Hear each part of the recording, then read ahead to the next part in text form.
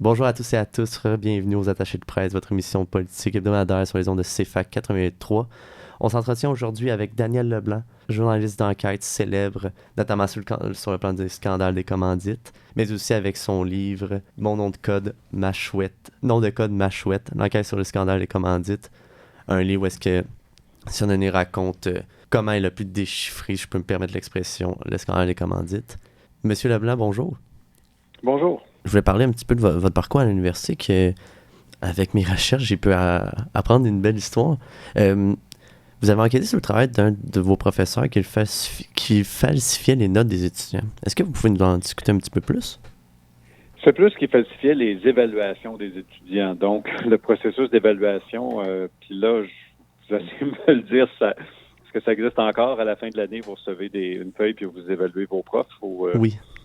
La rumeur à l'époque, c'était qu'un professeur avait rempli lui-même les formulaires d'évaluation et avait eu des très bons scores en passant. Oh mon Dieu. Okay. Et puis, donc, c'était ce processus d'évaluation-là qui avait été détourné, si je peux dire. Et donc, ça a été une des premières histoires que j'ai faites quand j'étais en journalisme étudiant au journal La Rotonde. J'étais étudiant à la maîtrise en sciences politiques à l'époque.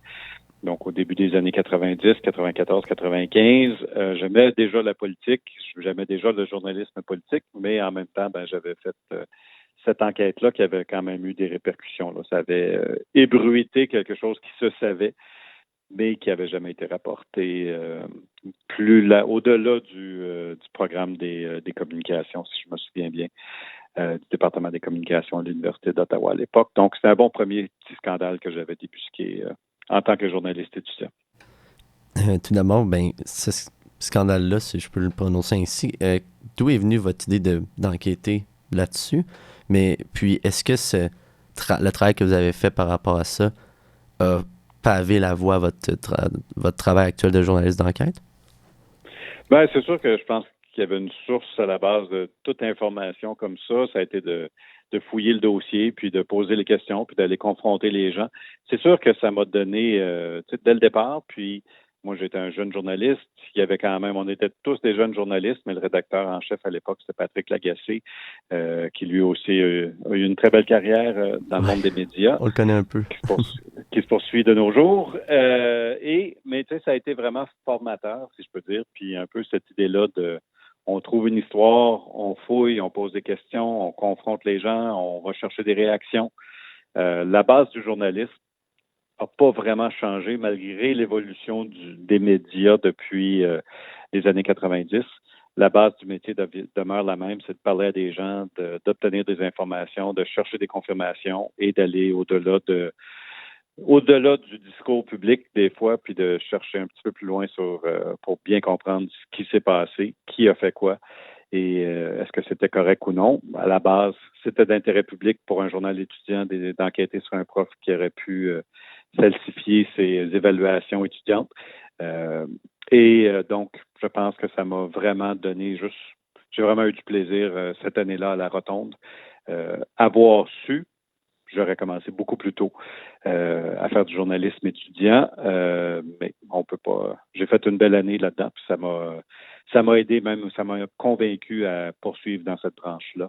Donc, il n'y a aucun doute que si je suis journaliste aujourd'hui, c'est parce que j'ai travaillé à la Rotonde et fait plusieurs enquêtes ou plusieurs dossiers, dont celui-là. Monsieur Leblanc, on vous reçoit aujourd'hui à l'émission pour discuter, entre autres, d'un sujet en particulier, le scandale des commandites. Cette année, ça fait 20 ans déjà que la vérificatrice générale de l'époque, Sheila Fraser, a débuté son enquête en ce qui a trait au programme des commandites. Mais vous, avant que Mme Fraser se penche sur le dossier, vous aviez déjà commencé à enquêter sur le programme des commandites en tant que tel. Oui, donc probablement même avant que vous soyez né ou à peu près dans ces époques-là. Donc là, il faut retourner fin des années 90. Il y a un référendum en 95, le non l'emporte, mais de justesse. Et il y a une guerre politique entre le gouvernement du Canada, sous Jean Chrétien, le gouvernement du Québec, sous Jacques Parizeau, sous Lucien Bouchard, pour un enjeu de visibilité au Québec. Donc, les deux gouvernements sont en train de se battre à cette époque-là pour essayer de convaincre les Québécois, soit de rester dans le Canada, soit de se séparer. Et c'est à cette époque-là, donc, 96, 17, 18, que le gouvernement du Canada commence à dépenser des dizaines de millions de dollars par année pour accroître la visibilité du Canada au Québec. C'était pas très élaboré ou c'est pas des campagnes de publicité subtiles que le gouvernement du Canada faisait. C'était vraiment assez simple. C'était beaucoup le mot Canada avec le petit drapeau à côté ou simplement le drapeau du Canada qu'on aimait, qu'on dépensait de l'argent dans le fond pour que ce soit plus visible au Québec. Donc, je me souviens, je conduisais vers Montréal une fois, puis en passant par Rigaud la nuit, ben là, tout à coup, sur un édifice du gouvernement, il y avait un gros logo Canada illuminé la nuit. Et à cette époque-là aussi, on s'était mis à avoir des montgolfières en forme de drapeau canadien et en forme vraiment là, d'une police montée. Donc, un officier de la GRC sur un cheval en forme de montgolfière. C'est une montgolfière qui avait coûté 100 000 $ à construire, mais le gouvernement l'avait loué pour 325 000 $ pour que ce soit déplacé là, dans les ciels du Québec au courant de l'été. Donc, à cette époque-là. Donc, c'était comme un programme qui était caché, on n'en faisait pas beaucoup la promotion, puis en même temps, en tant que journaliste, on pouvait voir concrètement sur le terrain que le gouvernement fédéral dépensait de l'argent pour se faire voir au Québec. Donc, c'est vraiment à partir de 1998 que vous avez commencé à écrire sur le sujet, mais c'est Exactement. vraiment... C'est plus à partir, je pense, de 1999 que des informateurs sont venus vous voir pour vous en dire plus. C'est ça, tu sais, donc c'est un peu le traditionnel. Si vous écoutez All the President's Men, le film sur Watergate, c'est follow the money, il faut suivre la trace de l'argent. Donc là, moi, j'ai fait des démarches pour savoir combien ça coûtait, qu'est-ce qui était commandité, on parlait de combien, puis c'est vraiment dans les années, donc au mois de mai-juin 2000, qu'on a compris que le gouvernement dépensait environ 50 millions de dollars par année pour commanditer des événements. Mon article, qui a été le premier un peu à rejoindre un auditoire national, c'était sur la distribution géographique des montants. Donc, vu que je travaillais à l'époque pour le Globe and Mail, un journal national, c'était intéressant de dire, le gouvernement fédéral a un programme qui subventionne des festivals, des événements, mais presque tout l'argent est dépensé au Québec. Et alors qu'en Ontario et dans l'Ouest encore plus, les gens recevaient très peu par habitant. Au Québec, il y avait vraiment des montants très importants qui étaient dépensés. Des festivals, un exemple, le festival Western de Saint-Tite était commandité, le Calgary Stampede n'était pas commandité.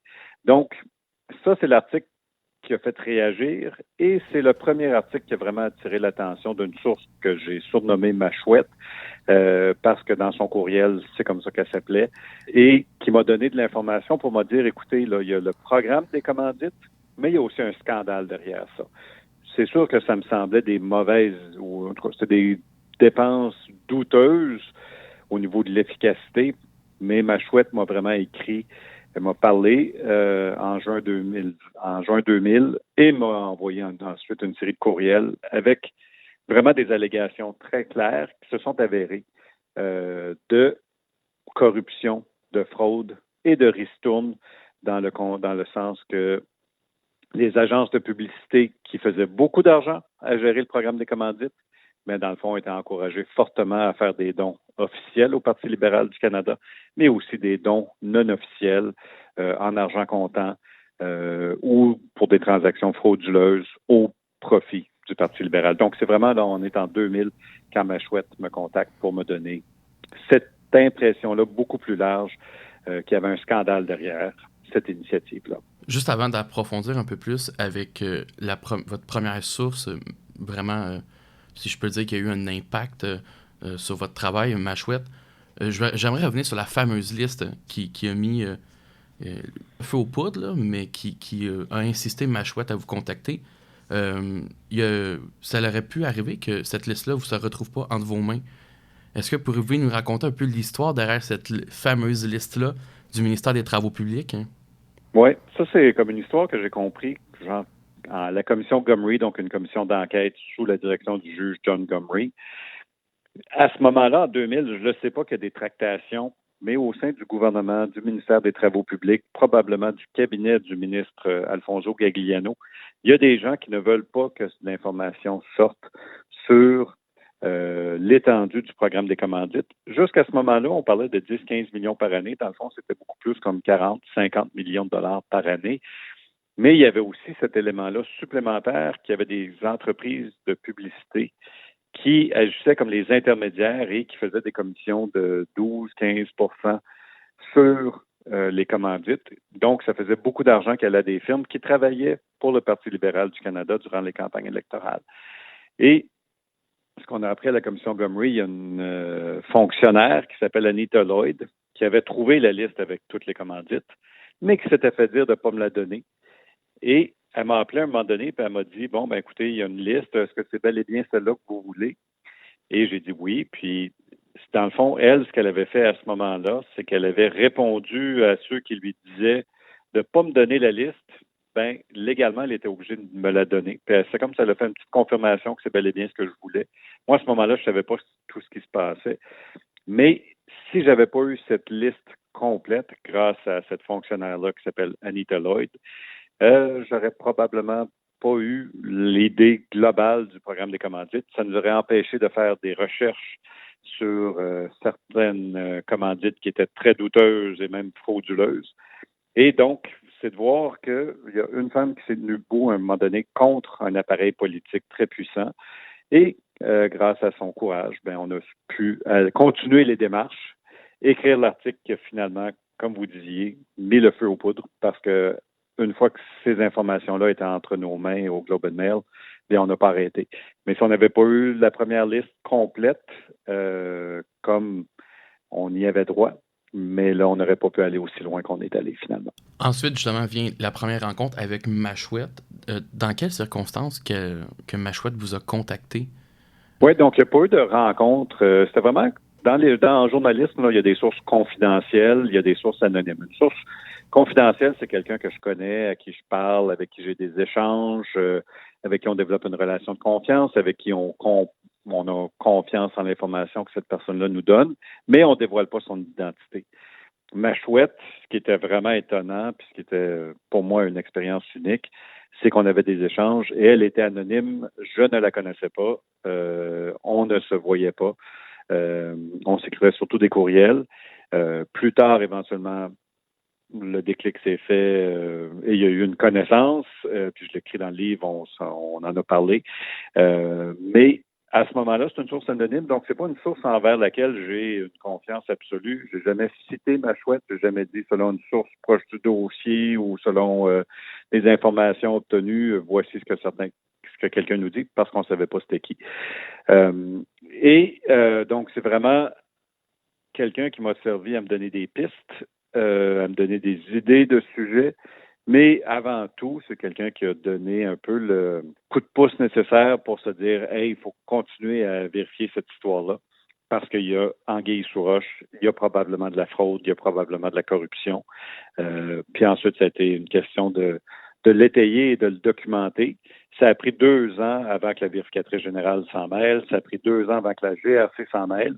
C'est sûr que c'est pas le travail des journalistes d'accuser les gens, mais ça a été le travail des journalistes dans ce cas-là de soulever assez de questions pour que les autorités s'en mêlent et décident que ça valait la peine de se pencher, d'aller fouiller dans ce dossier-là. Et donc, ça a été le rôle principal de Machouette. Ça a été des pistes, des idées, des noms. C'est elle la première qui m'a parlé de Jacques Corriveau, quelqu'un qui a fait des millions dans l'ombre à aider des entreprises à avoir des commandites et qui a retourné de l'argent au Parti libéral du Canada.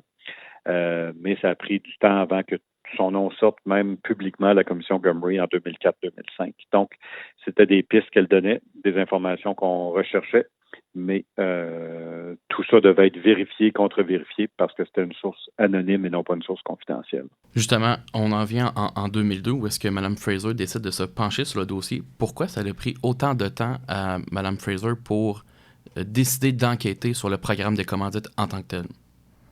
Peut-être une des choses qui pourrait expliquer, c'est qu'il y avait eu une vérification interne. Donc, dans le processus des vérifications, chaque ministère a sa petite équipe de vérificateurs. Et à Travaux publics, il y avait des vérificateurs qui s'étaient penchés sur le programme des commandites, avaient soulevé beaucoup de questions. Pour que ça se rende au bureau du vérificateur général, ça prend un petit peu plus de temps. Dans le cas, quand Mme Fraser s'est mis le nez dans le programme des commandites, c'était vraiment à cause des articles qu'on avait sortis qui soulevaient beaucoup, beaucoup de questions au sujet de 3 petits contrats de 500 000 chacun qui avait été octroyé à Groupe Action, une firme de publicité de Montréal. Et ça laissait sous-entendre que la firme avait fait de la fraude, avait pas vraiment travaillé pour ces contrats-là, ou avait même soumis le même rapport 2 fois. Il y avait même une fameuse caricature dans le journal de la presse, c'était la photocopieuse Groupe Action qui permettait d'épargner de l'argent aux entreprises parce que Groupe Action avait donné 2 fois le même rapport pour $1 million, puis c'était pas un rapport qui avait coûté très cher à produire, il n'y avait pas d'analyse. Madame Fraser, dans le fond, s'est penchée, la vérificatrice générale, sur le dossier parce que le gouvernement lui a demandé. Puis quand je lui ai parlé après, elle avait dit à l'époque, elle voulait pas vraiment s'en mêler parce qu'elle voulait pas que son bureau serve à politiser, soit politisé ou serve, dans le fond, à protéger le gouvernement ou à ce que le gouvernement se cache derrière l'enquête de Sheila Fraser. Mais elle, sa grande décision dans le dossier, c'était de dire, parfait, je vais enquêter sur le dossier et je me donne 6 semaines pour le faire. Et donc, 6 semaines, ça n'a pas donné beaucoup de protection au gouvernement. Et quand elle a fini son rapport, elle a fait 2 choses. Elle l'a donné à la GRC, qui a lancé ses enquêtes, qui ont mené à des accusations criminelles et des condamnations contre plusieurs personnes. Mais elle a lancé un message public en disant on ne peut pas mettre 3 contrats si mal gérés devant un vérificateur et ne pas s'attendre à ce qu'elle veuille voir l'ensemble du programme.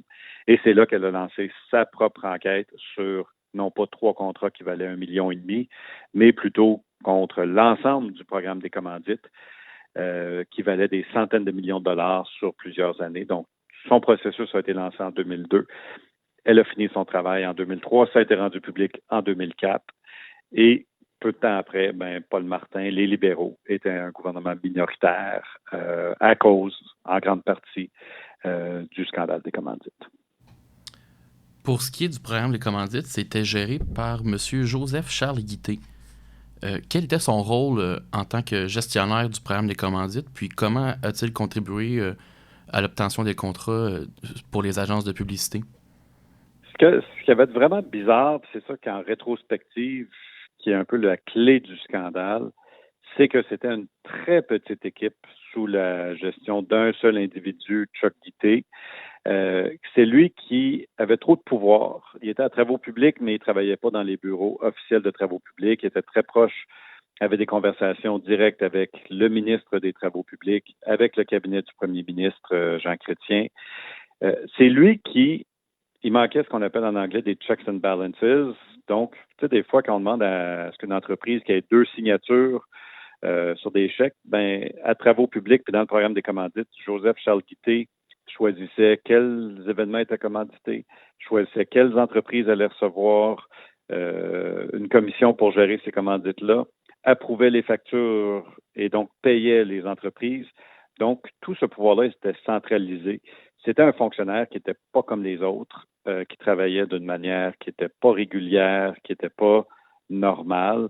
Et ça a contribué pour moi beaucoup au fait que ce programme-là a pu continuer à exister. S'il y avait eu plus de gens qui avaient été responsables d'approuver les signatures, d'approuver les contrats, qu'il y a eu des processus compétitifs, bien, toute la structure ou la fraude n'aurait pas pu exister parce que les gens auraient fait moins d'argent. En gros, le système de ristourne où les entreprises de publicité recevaient de l'argent, recevaient des commandites et ensuite en redonnaient une partie au Parti libéral du Canada ou à des organisateurs du Parti libéral du Canada. Tout ça fonctionnait parce qu'ils faisaient beaucoup d'argent avec les commandites, beaucoup trop d'argent avec les commandites. Si ça avait été bien géré comme programme, il n'y aurait pas eu d'avantage à faire un système de ristourne non officiel ou un système de corruption, là. Monsieur Guité a aussi travaillé sous les conservateurs de M. Mulroney, aussi au niveau de la publicité. Pourquoi il a été réengagé sous les libéraux du mandat de M. Chrétien au début des années 90? Oui, ça avait été une histoire c'est la version des faits de M. Guité, mais il disait qu'il avait été passé en entrevue par le ministre des Travaux publics de l'époque, David Dingwall, qui l'avait questionné sur la façon dont ça marchait sous les conservateurs, le système de publicité. Et M. Guité n'avait pas répondu à ces questions, avait protégé ses anciens maîtres politiques et M. Dingwall aurait, selon la version de Chuck Guité, répondu, si tu dénonces pas tes anciens maîtres politiques, tu ne dénonceras pas, donc on t'engage. Donc, en gros, c'est sûr qu'il y avait des vieux systèmes de patronage sous les conservateurs de Mulroney. Il y a eu plusieurs exemples très clairs de ça. Et selon la version de M. Guité, il aimait cette proximité-là avec l'appareil politique. Il aimait ce sentiment-là de faire partie d'un petit groupe un peu secret. Je pense qu'il aimait, c'était un Acadien, il aimait faire la guerre aux séparatistes du Québec via le programme des commandites. Et je pense qu'il comprenait un peu la joute politique selon laquelle les entreprises avec lesquelles il travaillait auraient aussi des liens avec le Parti libéral du Canada. Il faut se rappeler que certaines des firmes de communication qui ont travaillé sur le programme des commandites travaillaient aussi sur les campagnes électorales du Parti libéral du Canada au Québec. Donc, M. Guité était un peu un acteur principal, un fonctionnaire, mais aussi en même temps quelqu'un qui connaissait très bien la joute politique. De ce que je comprends, M. Guité avait le monopole du pouvoir dans le domaine de la publicité. En 1993, quand les libéraux sont arrivés au pouvoir, il y avait une volonté de changer de rendre plus transparent, d'être plus transparent au niveau de la publicité. Est-ce que M. Chrétien est au courant que le programme, en fait, n'a pas réellement changé, qu'il n'y a pas réellement eu de réforme en tant que telle pour changer le système? C'est sûr que M. Chrétien va se défendre jusqu'à la fin de ses jours là-dessus. Il n'y a aucune preuve qu'il a été au courant de corruption ou de quoi que ce soit. C'est sûr que je pense que M. Chrétien a été en politique assez longtemps pour savoir que des fois, il y avait du patronage, des fois, il pouvait y avoir du favoritisme. Ce qu'il y a de différent avec le programme des commandites, c'est qu'il y avait aussi une fraude claire, nette et précise de la part des compagnies de publicité qui étaient impliquées dans le programme des commandites. Il faut se rappeler qu'il y a au moins 3 dirigeants d'agences de publicité qui ont travaillé sur le dossier des commandites, même 4, qui ont été condamnés pour fraude. M. Guité a été condamné pour fraude. Il y a Jacques Corriveau, un organisateur libéral très proche de M. Chrétien, qui a aussi été condamné pour fraude. Donc, je pense qu'il n'y a personne qui accuse M. Chrétien d'avoir orchestré quoi que ce soit ou d'avoir été au courant. En même temps, ça se passait juste 1 ou 2 niveaux sous lui au niveau de la corruption dans le programme des commandites. C'est une vieille façon de faire. Je pense que dans ce contexte-là, post-référendaire, après le référendum de 95, il y en a qui en ont profité. Ce qui pouvait être un système un peu, on travaille avec des entreprises qui sont fédéralistes au Québec. C'est devenu, on travaille avec des compagnies qui font des gros dons au Parti libéral du Canada au Québec et qui font de la fraude en même temps. Mais tout ça s'est passé à des niveaux inférieurs à celui de M. Chrétien, ça, il n'y a pas de doute. En tout et pour tout, on parle de combien d'argent au niveau des fonds publics qui ont été utilisés de manière frauduleuse, si je peux le dire ainsi? Oui, c'est dur à dire exactement, mais moi, je pense qu'on peut clairement dire qu'il y a des dizaines de millions de dollars qui ont été perdus. Combien est retourné dans les coffres du Parti libéral? Peut-être en tout et partout. Je pense qu'il y a des gens qui ont fait plus de profits personnels que de contributions politiques douteuses. En même temps, ça faisait partie d'un tout. Ça faisait partie de gens qui ont fraudé le système, qui ont fraudé des contrats fédéraux pour s'enrichir et pour que ce système-là se perpétue, il y avait aussi des accointances ou des connivences avec le Parti libéral ou des organisateurs libéraux. Et tout ça semblait faire partie d'un système qui était quand même assez organisé là, en bout de ligne. Peut-être avec M. Corriveau comme un point central. Là, où ça a été quand même quelqu'un qui a travaillé avec beaucoup, beaucoup d'agences. Mais il y a aussi eu des communications avec le cabinet du premier ministre à l'époque, des communications entre Jean Pelletier, le chef de cabinet de M. Chrétien à l'époque, Chuck Guité, M. Gagliano. Il y avait beaucoup de discussions sur des contrats douteux, à savoir exactement qui savait quoi. Malheureusement, il y a beaucoup des personnes qui étaient impliquées là-dedans qui sont aujourd'hui décédées. Est-ce qu'en tant que tel, la commission Gomery elle a eu un impact important sur l'opinion publique à l'époque? Oui, je pense que ça, c'est comme indéniable. Dans le fond, ce qu'il ne faut pas oublier, c'est que le rapport complet de Sheila Fraser sort en 2004. Paul Martin est fraîchement à la tête du Parti libéral du Canada. Il est premier ministre. Il est très populaire. Il reçoit le rapport de Sheila Fraser. Il déclenche les élections en disant, le juge Gomery va se pencher sur ce dossier-là après les élections. Sauf que ce qui est arrivé, puis ce qui a probablement pas marché, c'est qu'au Québec, la grogne était tellement forte que le Bloc québécois est revenu en force, a égalé son score, ses meilleurs scores de tous les temps, et a empêché Paul Martin d'avoir une majorité. Et après la commission Gomery, il y a eu un vote de non-confiance à la Chambre des communes. Le gouvernement Martin est retourné en campagne électorale et c'est à cette époque-là que Stephen Harper a été élu. Ce n'est pas la seule raison que Stephen Harper a été élu ou que Paul Martin a été défait, mais je pense qu'on peut dire sans se tromper que ça a influencé le résultat électoral. C'est certain que la défaite de Paul Martin en tant que premier ministre du Canada, donc ces deux élections où il n'a pas réussi à gagner un mandat majoritaire, c'est en partie dû au scandale des commandites, ça, il n'y a pas de doute. Vous avez eu affaire à un processus judiciaire assez long contre le groupe Polygone.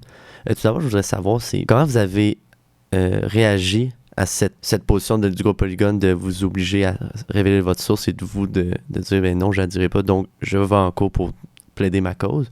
Puis, quel a été le plus difficile de ce, si je peux me permettre l'expression, combat judiciaire-là, dans le contexte, si je peux me permettre, là? On se rappelle justement que le groupe Polygone est une agence de publicité qui a été impliquée directement dans le scandale de commandite à l'époque. Oui, je vais commencer par la deuxième question. Ce qui a été le plus difficile, ça a été de perdre à tous les niveaux, sauf à la Cour suprême, où on a gagné avec un verdict unanime. Mais c'est sûr que de faire face à ce qui me semblait être une injustice et de ne pas pouvoir la résoudre avant d'arriver, c'est comme si, c'est un peu l'inverse, c'est impossible, mais c'est comme si on perd tous nos partis, mais on gagne la Coupe Stanley quand même. Mais normalement, c'est un peu frustrant comme processus de perdre en première instance, en deuxième instance, et de devoir se rendre jusque devant le plus haut tribunal au pays pour gagner. Mon sentiment de frustration a été de voir qu'une source comme Machouette, qui a dénoncé un scandale, qui a dénoncé une situation inacceptable, dans le fond, aux yeux du groupe Polygone, c'était une façon de s'en tirer de la poursuite au civil à laquelle il faisait face. Et dans le fond, de voir que tout à coup, le groupe Polygone, puis là, je vais rentrer un peu dans les détails, ce qu'eux espéraient prouver, c'était que Machouette était fonctionnaire, ce que j'ai jamais confirmé ou nié, et de pouvoir prouver que le gouvernement était au courant d'une fraude à l'intérieur du programme des commandites dès l'an 2000 et que dès lors, quand le gouvernement a déposé sa poursuite, entre autres contre le groupe Polygone 5 ans plus tard, le délai de prescription était déjà passé. C'est-à-dire que le gouvernement aurait attendu trop longtemps avant de déposer sa poursuite au civil pour récupérer les sommes perdues des commandites. Donc, moi, de voir que tout à coup, dans mon dos, à l'insu du public, que le groupe Polygone avait réussi à convaincre un juge d'envoyer des subpénats à une vingtaine de personnes pour leur faire dire si oui ou non il ou elle était Machouette. Moi, ça m'a vraiment fâché et le Globe and Mail m'a appuyé dans cette démarche-là pour protéger l'anonymat de Machouette, mais aussi pour envoyer un message qu'une telle procédure était inacceptable et je pense que c'était un combat qu'on a gagné, qu'on méritait de gagner et qu'il était important de gagner parce que je pense que ça devrait être illégal ou ça ne devrait pas être permis pour quiconque de faire des parties de pêche pour essayer de trouver des sources des journalistes. Ça aurait un effet dévastateur pour les journalistes. Si, après une grosse histoire, n'importe qui pourrait aller voir un juge puis dire, moi, j'aimerais ça savoir c'est qui cette source-là. Pouvez-vous, s'il vous plaît, me dire son nom? Je trouvais ça inacceptable. Donc, ça a été un long combat. On a gagné et je pense que c'était une victoire importante pour les journalistes et la liberté d'expression et la liberté de presse. Est-ce qu'il y avait un objectif précis pour le groupe Polygone de découvrir l'identité de Machouette? Oui, c'était comme la solution la plus simple pour eux. Et en fait, c'est ça qui est drôle parce que moi, je n'avais jamais pensé. Mais le jour où j'ai lancé mon livre, il y a un avocat qui m'a dit « Hey, en passant, fais attention parce que moi, si j'étais le groupe Polygone, j'essaierais de trouver Machouette.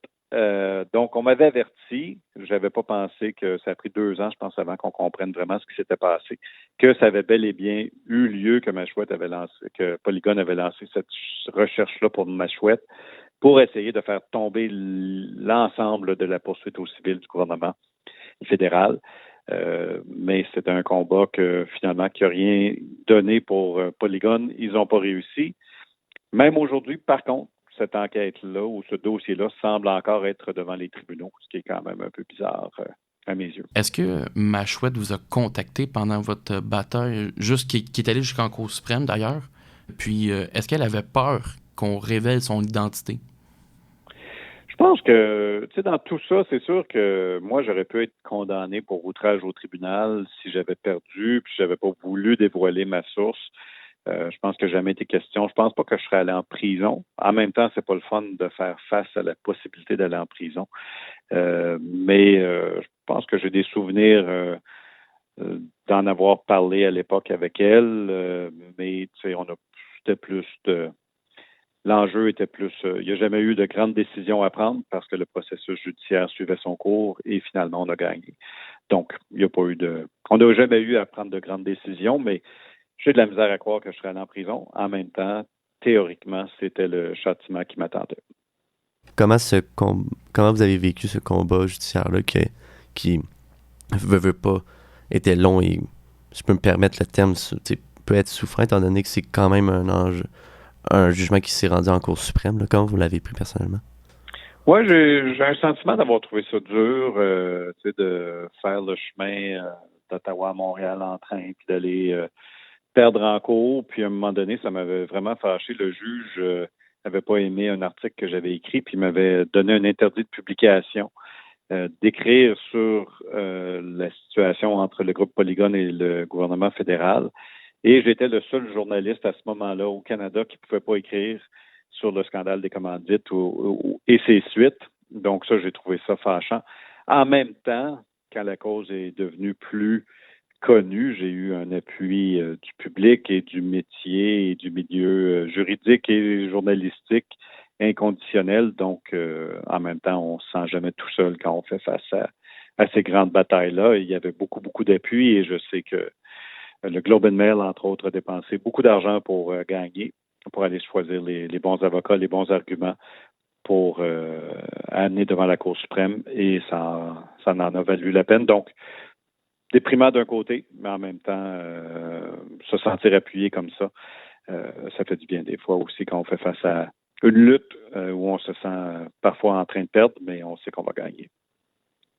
Justement, vous en avez glissé un mot. Est-ce que vous avez eu un bout, désolé l'anglicisme, un bout de sympathie sur le tort, étant donné que la cause devenait de plus en plus publique? Est-ce que vous avez senti justement que lorsque l'opinion publique a vraiment changé, je pourrais pas dire changer le verdict, mais en fait que cette promotion-là de votre cause vous a aidé ou même a été bénéfique sur le plan personnel, que votre jugement soit de plus en plus public et que les gens en parlaient et voulaient que vous gagniez ce combat-là? Oui, c'est dur à dire exactement comment la Cour suprême gère des dossiers. C'est sûr que je pense qu'ils étaient au même diapason que la société. En même temps, je pense que le principe de base qu'un juge devait utiliser en analysant la question était de comprendre l'importance du journaliste. Je pense que le premier juge de première instance n'avait pas compris ça et que les juges de la Cour suprême, eux, par contre, avaient ce bagage-là nécessaire pour, de par les précédents d'autres causes qui ont fait avancer le droit des journalistes dans le passé, avaient cette compréhension-là qu'on ne pouvait pas simplement, comme le juge de Grand Prix de première instance l'avait dit, vite, vite, vite, juste passer à travers ce dossier-là pour s'en débarrasser, que c'était un dossier qui était plus important et qui avait des enjeux au niveau de la Charte des droits et libertés qui étaient sous-jacents et que ça méritait à tout le moins là, une sérieuse réflexion avant de demander à un journaliste de donner des informations sur une source confidentielle, surtout quand cette source-là avait reçu une promesse de confidentialité, que son témoignage avait été dans l'intérêt public et que l'intérêt public n'était pas servi par la divulgation de son identité. Ici, on ne parle pas de quelqu'un qui est au courant d'une attaque terroriste imminente, puis il faut que le journaliste décide s'il dévoile sa source ou non. On parlait vraiment de quelqu'un qui avait dénoncé une fraude et une corruption à grande échelle. C'était pas quelqu'un qui méritait c'était plutôt quelqu'un qui méritait la protection des tribunaux et non pas de se faire dévoiler à son insu tout ça pour favoriser une entreprise qui avait bénéficié grassement du programme des commandites. Est-ce que vous avez perçu ce combat judiciaire-là contre le groupe Polygon comme plus qu'une affaire, je pourrais dire, personnelle dans la cause du scandale commandite, mais aussi de votre travail de journaliste, mais aussi un combat plus large que ça, notamment sur la liberté d'expression, la liberté de presse, même la liberté des sources journalistiques? Est-ce que cette sphère-là de ce dossier vous a poussé à vraiment aller vraiment plus loin puis à gagner votre cause? Oui, exactement. Pour moi, c'était le principe. Dans le fond, une fois qu'on a engagé les processus judiciaires, il y avait déjà eu une vingtaine de personnes qui avaient reçu un ordre de la Cour de répondre à 3 questions, dont celle « Êtes-vous ma chouette ». C'était fini. Et si je comprends bien, si je me souviens bien, tout le monde avait répondu non, je ne suis pas ma chouette. Si je me souviens bien, je ne suis pas sûr, mais je pense que c'était comme une démarche qui avait été faite par le groupe Polygone devant la Cour supérieure du Québec ou devant la Cour du Québec et qui n'avait rien donné. Mais donc, on s'est battu pour le principe, pour faire rayer toute cette démarche-là, parce que nous, en tant que journalistes, on n'avait pas été consultés, personne n'avait pu s'objecter. Ça avait été fait dans le noir ou ça avait été fait sans être public. Moi, ce que je voulais éviter, c'est qu'on ait créé un précédent où, après une histoire, après un reportage important d'un journaliste, quiconque pourrait se servir de ces reportages-là pour faire une chasse aux sources, une partie de pêche, de demander à une vingtaine de personnes, êtes-vous la source du journaliste dans ce dossier-là, oui ou non? Alors que moi, ça me semblait inacceptable. Et je pense que, en tant que journaliste, on fait beaucoup de choses pour protéger nos sources. Mais est-ce qu'on peut vraiment protéger nos sources si, après avoir écrit des reportages, cette source-là risque de recevoir une demande d'une cour de répondre sous serment si oui ou non ils ont été une source du journaliste dans le dossier qui a été rendu public. Donc, moi, ça me semblait inacceptable. Et donc, on se battait beaucoup dans ce dossier-là pour le principe et non pas pour ce qu'il y avait déjà eu. On se battait contre quelque chose, contre le principe et non pas ce qui avait eu lieu, parce que, si je me souviens bien, personne n'avait répondu. Il n'avait pas trouvé ma chouette comme ça. Donc, on se battait plus contre le fait que la Cour ait osé faire ce processus-là et non pas que le processus avait eu lieu. On voulait juste empêcher que ça se répète. Avec votre expérience, justement, puis évidemment le recul aujourd'hui, est-ce que, selon vous, le journaliste d'enquête est un peu, en quelque sorte, en danger, puisqu'on demande de plus en plus aux journalistes de révéler leurs sources? Est-ce que ça a un impact directement sur votre travail? Est-ce que les sources vont moins en moins vous parler ou on va moins vous contacter? Je pense qu'il y a eu quelques causes. Il y a des avancées, un pas en avant, un pas en arrière. Il y a une loi maintenant qui protège mieux les sources, qui est basée en bonne partie sur le jugement dans le dossier Machouette. Ça a été reconnu, ça a été approuvé, c'est en vigueur à travers le pays. C'est sûr qu'il y a eu les fameux épisodes où Alain Gravel, Marie-Maude Denis, Patrick Lagacé et autres, leurs appels entrants et sortants ont été obtenus par des forces policières.